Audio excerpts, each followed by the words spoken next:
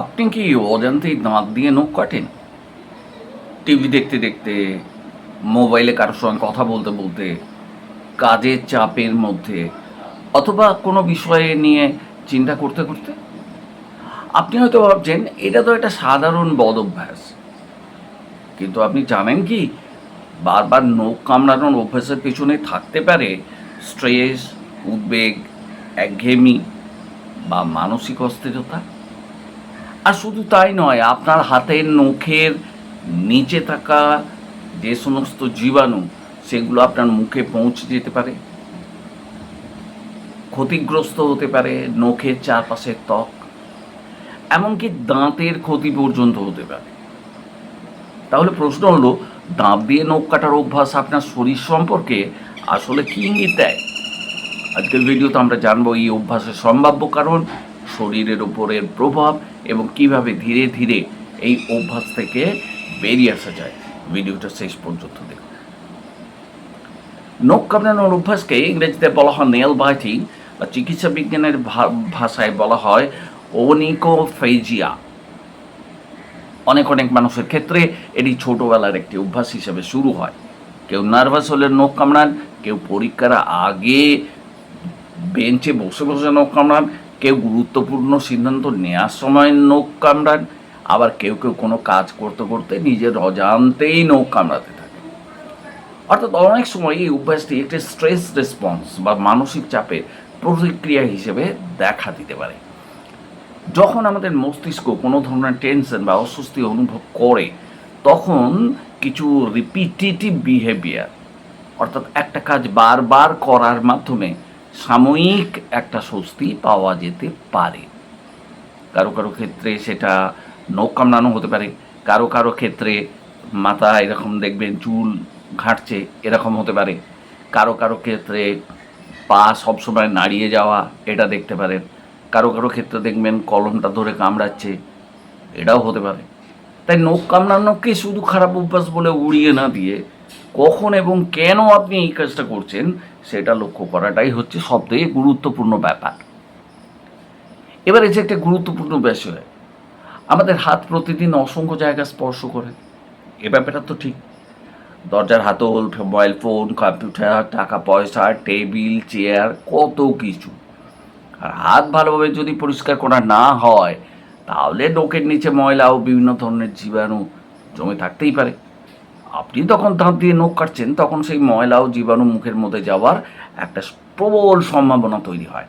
এর ফলে মুখের স্বাস্থ্য এবং হজমতন্ত্রের উপর একটা বিরূপ প্রভাব পড়তে পারে। তবে তার মানে এই নয় যে নখ কামড়ালেই আপনি অসুস্থ হয়ে পড়বেন। কিন্তু নিয়মিতভাবে নখ কামড়ানোর অভ্যাস থাকলে হাত পরিষ্কার রাখা এবং নখ ছোট এবং পরিচ্ছন্ন রাখা অবশ্যই গুরুত্বপূর্ণ। অনেকে ভাবেন নখ তো খুব একটা শক্ত না, তাহলে দাঁতের কি ক্ষতি হবে? কিন্তু নিয়মিত আপনি যদি দাঁত দিয়ে নখ কাটেন, তাহলে তো দাঁতের উপর বারবার চাপ পড়ছে। আর দীর্ঘদিনের অভ্যাসের কারণে দাঁতের কিনারা ক্ষতিগ্রস্ত যে হবে না, এ কটা জোর দিয়ে কে বলতে পারে? কিছু মানুষের ক্ষেত্রে দাঁতের যে অ্যালাইনমেন্ট বা অবস্থান, সেটা সমস্যা তৈরি হয়ে যেতে পারে। এছাড়া নখ কামড়ানোর সময় দাঁতের ওপর অতিরিক্ত চাপ পড়লে দাঁতের এনামেল ক্ষয় হবার সম্ভাবনাও অনেকাংশে বেড়ে যায়। তাই আপনার যদি নিয়মিত নখ কামড়ানোর অভ্যাস থাকে, তাহলে শুধু নখ নয়, আপনার দাঁতের দিকেও নজর দেওয়া উচিত। নখ কামড়ানোর সময় আমরা অনেক সময় নখের সঙ্গে সঙ্গে নখের চারপাশের ত্বকটাকেও কামড়ে ফেলি। ফলে সেখানে কি হয়, ছোট ক্ষত তৈরি হয়। এই ক্ষত দিয়ে জীবাণু প্রবেশ করলে নখের চারপাশে সংক্রমণ বা প্রদাহ হতে পারে। কখনো জায়গাটি লাল হয়ে যেতে পারে, ফুলে যেতে পারে, ব্যথা হতে পারে। তাই নখ কামড়ানোর অভ্যাস শুধু নখের সৌন্দর্যই নষ্ট করে না, নখের চারপাশের যে ত্বক আছে সেই ত্বকেরও যথেষ্ট ক্ষতি করে। এটাই হয়তো আজকে ভিডিও সবথেকে গুরুত্বপূর্ণ অংশ। আপনি যদি লক্ষ্য করেন আপনি শুধুমাত্র টেনশনের সময় নখ কামড়ান, কোনো গুরুত্বপূর্ণ কাজের আগে নখ কামড়ান, অতিরিক্ত চিন্তার সময় নখ কামড়ান, অথবা না বুঝেই বারবার নখ কামড়াতে থাকেন, তাহলে আপনার নিজের দিকে একটু নজর দেওয়া দরকার। নিজেকে প্রশ্ন করুন, আমি কি বর্তমানে খুব বেশি মানসিক চাপে আছি? আমি কি কোনো বিষয় নিয়ে অতিরিক্ত চিন্তা করছি?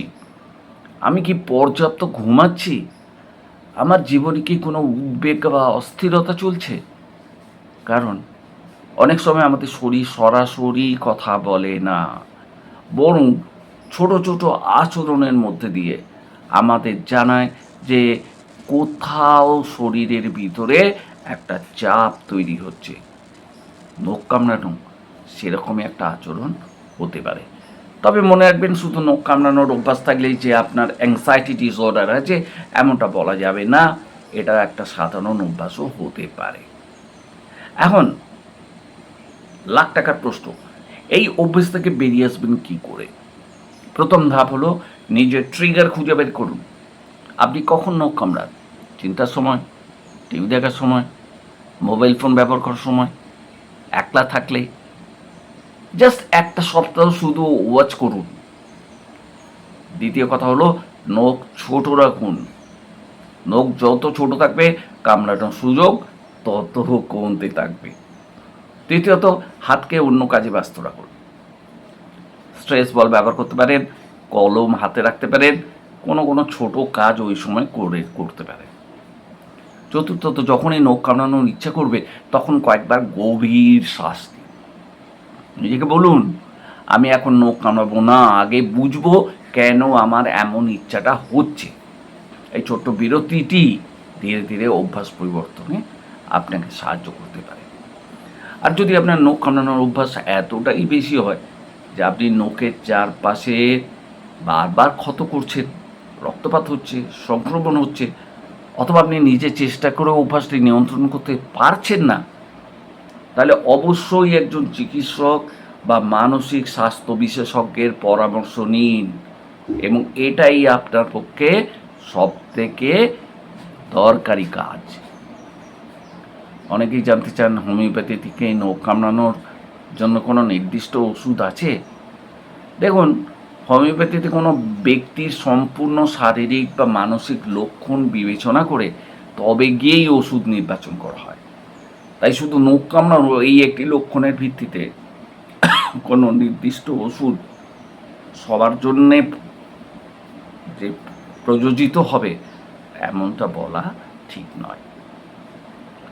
যদি নখ কামড়ানোর সময় অতিরিক্ত উদ্বেগ, ভয়, মানসিক অস্থিরতা, ঘুমের সমস্যা, অন্য কোনো মানসিক উপসর্গ থাকে, তাহলে একজন যোগ্য চিকিৎসকের সঙ্গে পরামর্শ করে সম্পূর্ণ কেস টেকিং করিয়ে তারপর মূল্যায়ন করাটাই বাঞ্ছনীয়। নিজে নিজে একদম চিকিৎসা করতে যাবেন না, ভুল চিকিৎসা হয়ে যাবে। তাহলে বন্ধু, পরের বার আপনি যখন দাঁত দিয়ে নখ কাটতে যাবেন একটু থামুন, নিজেকে প্রশ্ন করুন, আমি কি সত্যি নখ কাটতে চাই, নাকি আমার শরীর আমাকে কোনো মানসিক চাপের সংকেত দিচ্ছে? হয়তো এই ছোট্ট অভ্যাসের মধ্যেই লুকিয়ে আছে আপনার স্ট্রেসের একটা ইঙ্গিত।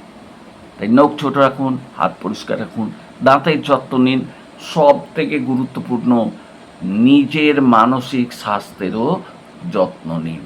কারণ সুস্থ শরীরের পাশাপাশি শান্ত মন ও সুস্থ জীবনের জন্যে অত্যন্ত গুরুত্বপূর্ণ। আপনার কি দাঁত দিয়ে নখ কাটার অভ্যেস আছে? কখন সব থেকে বেশি নখ কাটেন? স্ট্রেসের সময় না অজান্তেই? কমেন্টে জানাতে ভুলবেন না।